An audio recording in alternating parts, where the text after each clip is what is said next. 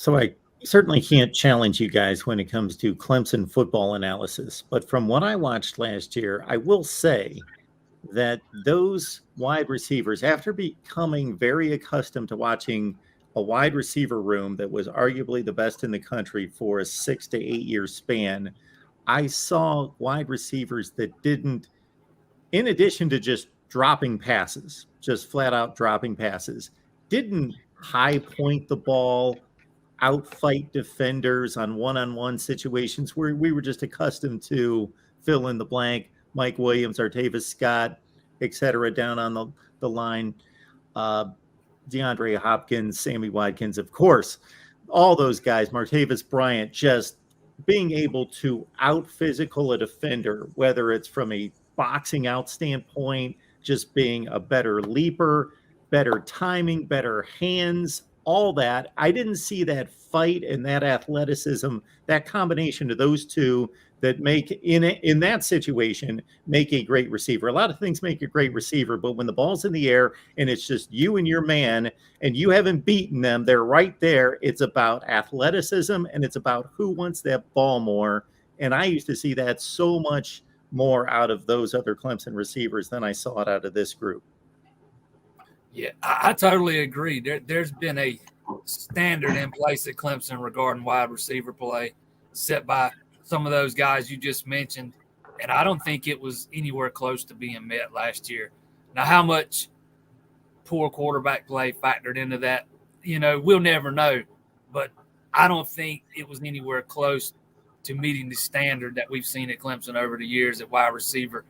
And it even goes as far as some of the blocking. Those guys from the past used to take pride in their blocking on the perimeter, and I didn't see a whole lot of that last year. It's one thing I'm gonna be watching over the next few weeks. Usually there's one guy that's kind of that alpha dog of the group. They didn't have that last year, and I'm kind of curious to see if somebody kind of grasps that that role with both hands this year and takes it over. I'm kind of thinking maybe this is finally Joseph and Gotta's year to stay healthy and break out. Maybe he takes over that role, kind of becomes a leader of that group, and hopefully he can stay on the field. Yeah, there is an element of personal play versus team play, and I think especially with guys this age, sometimes they're you look at all three of us here. We're older. I'm putting that politely for all of us, but we're older, and you realize once you get a little older that it really doesn't matter what everybody else is doing. It does, but you personally, you have to go out there and do your job. You have to do your job, and you try your very best not to let what everybody else is doing influence you. And I think we saw a lot of that last year. I think coming out of that Georgia game, you saw players who were like, we lost the game. How have they lost the game? Georgia couldn't score an offensive touchdown, but they didn't have to because we scored it for them. And so you come back to that and you look at the individuals probably slumping their shoulders. Maybe they were open and DJ didn't see them. And suddenly it starts this nasty cycle within the wide receiver room, But you're right, Jason. We have to have an alpha male out there who's gonna fight for the ball. I hope it's in Gotta. The other bright spot that I have is Bo Collins. Now, Bo Collins, man, he was a player that I was really looking forward to seeing last year. Just a talented player, very, very aggressive within his experience level. I'm looking forward to seeing E.J. Williams. If he had some health problems last year, in 2020 he had a pretty doggone good season, and last year it just never meshed, and he had some health problems. I'm hoping that we get to see him. But I agree with you. There has to be some personal. Each player is going to have to decide. I'm going to go out and play well, and block, and run my route, even if I know the ball's not coming to me. I'm going to run it convincingly, or else, no matter how great our defense is, no matter how great our running backs are, and no matter how much talent we have here and there, I think we have one of the best tight ends in the country. We have a fantastic tight end room. It's going to be all for naught. We can skate by those first 4 games pretty much. I know Wake Forest is, they could give us definitely a game. Then you got NC State, and they return the majority of their defense. So you're going to have to play against that. You will not play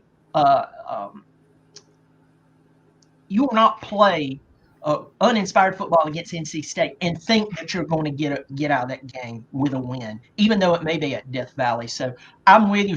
These guys are going to have to start taking personal ownership of their personal performance and then gel as a team, because if Cade comes out there and that energizes them, great. But what happens if Cade comes out there and he throws a couple of balls into the ground? Are they just going to, fold up their tents and say, yeah, it is what it is. We'll wait for another great quarterback. That can't happen. You mentioned Bo Collins, and I'm high on both those Collins kids. I expect Bo and Dakari Collins to both take big steps in their development this year and be leaps and bounds ahead of where they were a year ago. And those were, particularly Bo Collins, those were 2 pretty good receivers as freshmen. But the one you mentioned that I don't think gets talked about a lot is E.J. Williams. That's a starting wide receiver for Clemson this year. He's got, assuming he's healthy coming out of camp, he's going to be a starter. Clemson needs that guy making plays in this offense. He's got to stay healthy. We saw what he could do in 2020. He had multiple injuries last year. So assuming he stays healthy, that's another guy along with Ngata that I'm curious to see how it plays out for him. And think about the kid we got out of Dutch Fork. I know he's a true freshman, and I don't know if they're going to redshirt him, Jason. You might have some an inside track on that one, but everybody's talking about our wide receivers really don't have a speed threat. This Antonio, I think his name's Antonio Williams. Forgive me if I've got Antonio Williams out of Irmo.